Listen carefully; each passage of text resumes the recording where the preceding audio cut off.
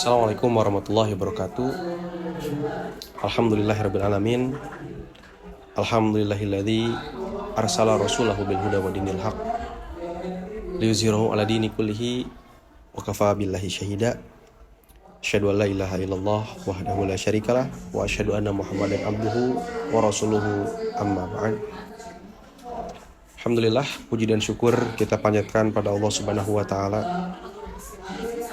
Kalaulah Allah izinkan atau berikan kesempatan pada kita untuk menghitung nikmat-nikmat Allah, sepertinya umur kita tidak akan cukup.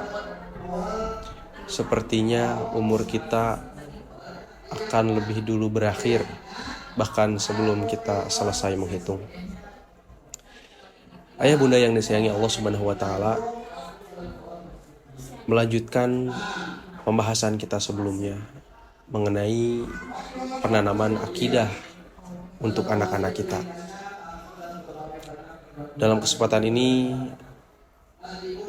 mudah-mudahan Allah Subhanahu wa taala menjadikan niat-niat baik kita dalam mendidik anak-anak kita menjadi niat yang diterima. Kemudian Allah bantu dan mudahkan kita semua dalam proses, dalam usaha kita untuk memberikan yang terbaik untuk putra-putri kita. Ayah bunda yang disayang Allah Subhanahu wa taala, sebagaimana kita tahu sebelumnya bahwa akidah dan keimanan merupakan sesuatu yang sangat penting. Bahwa akidah dan iman adalah harga mati yang harus diperjuangkan oleh seorang muslim. Bahwa pondasi dari setiap amal dan ibadah kita adalah akidah dan keimanan. Saking pentingnya masalah keimanan ini, banyak sekali ayat Al-Quran yang mengatakan bahwa Allah Subhanahu wa taala itu Maha Pengampun. Allah mengampuni semua dosa kecuali dosa syirik kepadanya. Juga banyak sekali ayat Al-Quran yang mengajak kita untuk mengesahkan Allah Subhanahu wa ta'ala. Di antara ayat-ayat itu adalah Quran surat An-Nisa ayat 48. A'udzu billahi minasyaitonir rajim. Innallaha la yaghfiru ayyushraka bihi wa yaghfiru ma duna dzalika liman yasha. Sesungguhnya Allah Subhanahu wa ta'ala tidak akan mengampuni dosa-dosa syirik yang menyekutukan sesuatu yang lain dengan zatnya. Akan tetapi Allah Subhanahu wa ta'ala mengampuni dosa-dosa kecuali dosa syirik bagi orang-orang yang Dia kehendaki. Dalam ayat lain, ketika kita bicara mengenai nasihat yang diberikan Luqman Al-Hakim kepada anak-anaknya, maka nasihat pertama yang dikatakan oleh Luqman Al-Hakim kepada anak-anaknya adalah agar anak-anaknya berhenti berbuat syirik kepada Allah Subhanahu wa taala. Allah taala berfirman, "Ya bunayya, la tusyrik billah." Wahai anak-anakku, kata Luqman, la tusyrik billah. Janganlah engkau menyekutukan Allah Subhanahu wa taala. Inna syirka la zulmun azim. Karena sesungguhnya kesyirikan itu adalah kezoliman yang sangat besar. Dari dua ayat ini saja dapat kita lihat bahwa Islam sangat memperhatikan keimanan, bahwa Islam sangat memperhatikan keimanan lalu meminta agar hamba-hamba Allah Subhanahu wa taala agar umatnya menghindari dosa syirik. Hal ini pula yang harusnya menjadi modal bagi kita selaku orang tua dan guru untuk mengenalkan keimanan dan akidah kepada anak-anak kita bahkan sejak mereka kecil. Ini juga harusnya menjadi tamparan bagi kita semua agar menghindarkan anak-anak kita dari dosa-dosa syirik. Nauzubillahi min dzalik. Bila seandainya anak-anak kita atau kita sendiri tergelincir ke dalam dahsyatnya kezoliman dari dosa syirik. Pada pertemuan sebelumnya sudah dibahas bagaimana cara Rasulullah SAW menanamkan akidah dan keimanan pada Ibnu Abbas melalui nasihat-nasihatnya yang mulia.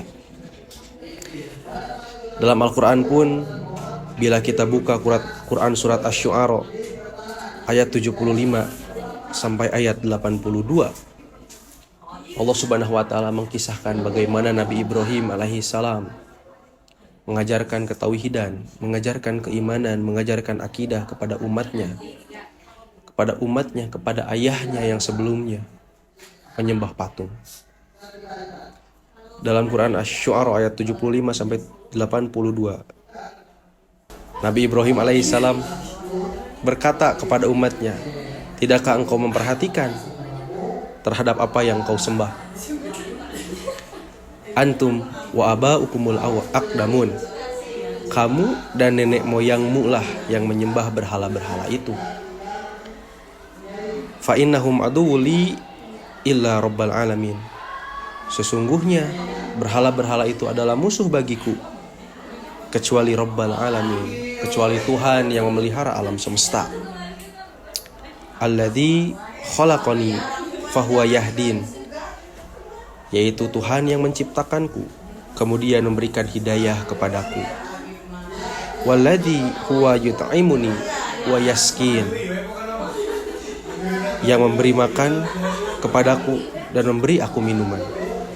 Wa idza maridtu fahuwa yashfin, dan apabila aku sakit, fahuwa yashfin, maka Allah lah yang menyembuhkanku. Wallazi yumituni summa yuhyin, dan dialah Tuhan yang mematikanku kemudian menghidupkanku. Alangkah indah untayan kalimat yang disampaikan Nabi Ibrahim alaihissalam ketika mendakwahi umatnya. Maka kalimat-kalimat ini seharusnya menjadi contoh bagi kita selaku orang tua dan guru tatkala kita mengingatkan anak-anak kita, tatkala kita ingin menanamkan akidah dan keimanan ke dalam hati anak-anak kita. Kita ajarkan bahwa alladzi khalaqani fahuwa yahdin, bahwa Allah lah yang menciptakan kita, bahwa Allah lah yang memberikan dua tangan kepada kita, bahwa Allah lah yang menjadikan dua mata di wajah kita, bahwa Allah lah yang menjadikan kita dalam bentuk yang paling sempurna. Dan kalaulah bukan Allah, maka siapa lagi? Dan kalaulah bukan Allah, memang ada yang bisa. Seharusnya menjadi landasan, menjadi dasar utama ketika kita menanamkan akidah kepada anak-anak kita. Kemudian kita juga ajarkan kepada anak-anak kita, allazi huwa yut'imuni wa yaskin, bahwa Allah lah yang memberi makan mereka, bahwa Allah lah yang memberikan minuman kepada mereka dan kita semuanya. Bahwa kalaulah bukan karena izin dan nikmat dari Allah Subhanahu wa Ta'ala, maka kita tidak akan bisa memakan makanan yang lezat, bahwa kita tidak akan bisa meminum minuman yang segar, bahwa lezatnya makanan dan segarnya minuman adalah keberkahan, adalah pemberian, adalah nikmat dari Allah Subhanahu wa Ta'ala. Ini yang harusnya kita ajarkan. Bukan kita ajarkan bahwa makanan ini ada karena jeripayah ayah atau ibu. Makanan ini lezat karena ibu memasak lama di dapur. Minuman ini segar sebab ayah beli jauh entah di mana. Seharusnya kita ajarkan bahwa setiap makanan, setiap minuman yang masuk ke dalam mulut anak-anak kita, semuanya adalah pemberian dari Allah Subhanahu wa Ta'ala. Kemudian wa iza maridtu fahuwa yashfin. Lalu ketika anak-anak kita sakit, kita tanamkan kepada anak-anak kita bahwa sesungguhnya yang bisa menyembuhkan mereka hanyalah Allah Subhanahu wa Ta'ala. Bahwa sebaik-baik obat, bahwa sebaik-baik penawar adalah penawaran obat yang datang dari Allah Subhanahu wa Ta'ala. Dan terakhir, walladzi yumituni summa yuhyin, bahwa pada mulanya kita semua mati, kemudian Allah lah yang menghidupkan kita semuanya. Dari air yang hina, kemudian Allah jadikan bentuk yang paling sempurna. Kemudian Allah matikan lagi, Allah wafatkan lagi apa yang berasal dari tanah kembali ke tanah. Lalu dari tanah itu Allah akan bangkitkan lagi pada hari kiamat. Inilah yang seharusnya menjadi landasan kita dalam mendidik dan menanamkan akidah kepada anak-anak kita semuanya. Ayah bunda yang dirahmati Allah Subhanahu wa Ta'ala, Saya juga teringat mengenai kisah seorang Arab Badui. Arab Badui ini seorang Arab yang tinggal di gunung. Jadi pada masa Rasulullah SAW berdakwah di Madinah, ada beberapa suku Arab yang tidak tinggal di kota, tapi mereka tinggal di pegunungan. Hidup nomaden, berpindah-pindah, mereka berkemah. Mereka menggiring hewan ternak, berburu, dan lain sebagainya. Lalu Arab Badui tersebut masuk Islam. Ketika masuk Islam, dalam pertemuannya bersama Rasulullah SAW, Rasulullah mendapatkan wahyu dari Allah Subhanahu Wa Taala berupa surah At-Takasur. Kemudian Rasulullah SAW membacakan Quran surat At-Takasur ayat 1 dan 2. A'udzubillahi minasyaitonirrajim. Alhaakumut takatsur hatta zurtumul maqabir. Baru sampai ayat 2 kemudian Arab Badui ini dia berteriak dengan kata-kata sesungguhnya kita akan dibangkitkan. Padahal sebelumnya orang Arab Badui ini tidak mengenal peradaban. Dia jarang sekali bertemu dengan orang, bersosialisasi dan lain sebagainya. Tapi ketika Rasulullah membacakan surat At-Takasur ayat 1 dan 2, dia iman dalam hatinya itu langsung memberikan respon bahwa At-Takasur menjelaskan tentang hari kebangkitan. Alhaakumut takasur, bermegah-megahan telah melalaikan kamu, hatta zurtumul maqabir, sehingga engkau akan menemui liang kubur. Ternyata para ahli tafsir mengatakan bahwa kata zurtum dari kata zaro ziaratan, artinya berkunjung. Yang namanya berkunjung itu tidak akan lama, pasti akan singkat dan sebentar. Maka Arab Badui tersebut ketika mendengar hatta zurtumul maqabir, sehingga engkau akan menemui liang kubur, itu bermakna bahwa sesungguhnya kubur itu sebentar dan satu waktu kita semua yang masuk ke dalam kubur akan dibangkitkan.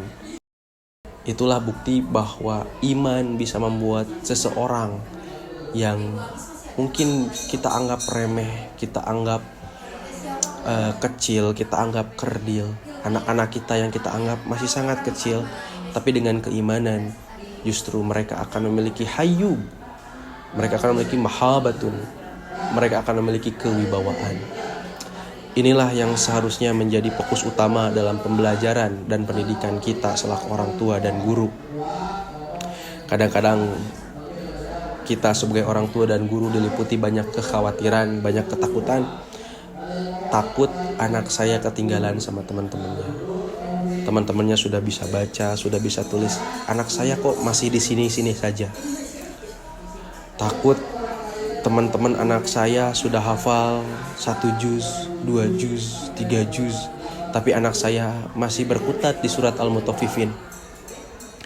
Takut teman-teman anak saya sudah pandai berhitung, sudah pandai perkalian, sudah pandai menyelesaikan rumus-rumus matematika yang sederhana, tapi anak saya dalam pengurangan pun dia masih kesulitan. Banyak rasa takut, rasa khawatir dalam hati kita sebagai orang tua dan guru. Ayah bunda yang dirahmati Allah Subhanahu Wa Taala, saya ingatkan, boleh saja anak kita hari ini belum lancar membaca, boleh saja anak kita hari ini belum terlatih menulis, boleh saja anak kita hari ini belum terlatih menghafal dan mengingat, boleh saja anak kita hari ini belum pandai berhitung, boleh anak kita terlambat dalam belajar, tapi jangan sampai anak kita hari ini terlambat mengenal Robnya. Itu adalah satu kecelakaan, satu musibah yang sangat besar bagi kita selaku orang tua dan guru.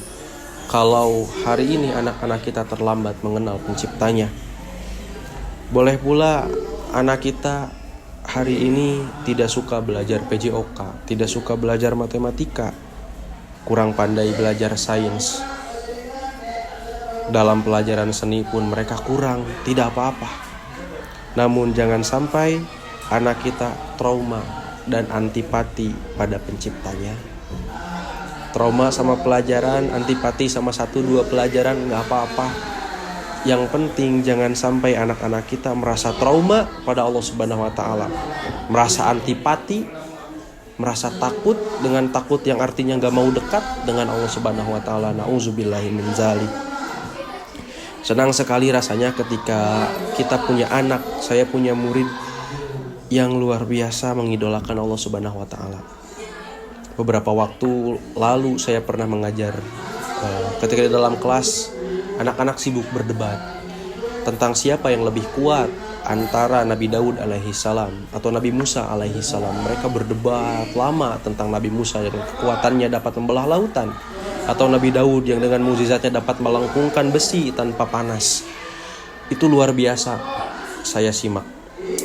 Tapi dalam perdebatan itu tiba-tiba ada salah satu anak yang menengahi kedua temannya. Dia bilang, Nabi Musa kuat, Nabi Daud juga kuat, tapi mereka gak akan bisa menang melawan Allah. Itu luar biasa. Lalu di kesempatan lain mereka juga sibuk berdebat tentang senjata apa yang paling kuat. Apakah pistol, apakah nuklir, apakah bom atom dan lain sebagainya. Mereka sibuk membicarakan itu. Lalu di akhir ada seorang anak yang juga sama-sama bilang, mau bom nuklir, mau pesawat jet, mau bom atom, selama yang diserang Allah, Allah tidak akan musnah. Masya Allah. Inilah, saya yakin inilah yang jadi target kita semua sebagai orang tua dan guru. Kita ingin anak-anak kita mengenal Allah. Kita ingin anak-anak kita mencintai Allah. Kita ingin anak-anak kita mengidolakan Allah Subhanahu wa taala. Boleh jadi dalam ingatannya mereka kehilangan banyak hafalan, gak apa-apa. Asal jangan sampai Allah Subhanahu wa taala yang hilang dari ingatannya. Boleh jadi dalam hatinya mereka kehilangan orang, kehilangan maksudnya teman dan lain sebagainya. Tapi yang paling penting jangan sampai Allah hilang dari hati-hati mereka. Oleh karena itu mari sama-sama kita doakan anak-anak kita. Mudah-mudahan anak-anak kita menjadi anak-anak yang soleh dan soleha, menjadi anak-anak yang mengenal Allah Subhanahu wa taala, yang jatuh cinta secinta-cintanya pada Allah Subhanahu wa taala. Demikian mungkin yang dapat saya sampaikan. Terima kasih telah menyimak. Mudah-mudahan ini bermanfaat, khususnya bagi saya, umumnya bagi ayah bunda semuanya. Tutup dengan doa, Rabbana atina fid dunya hasanah wa fil akhirati hasanah wa qina adzabannar. Assalamualaikum warahmatullahi wabarakatuh.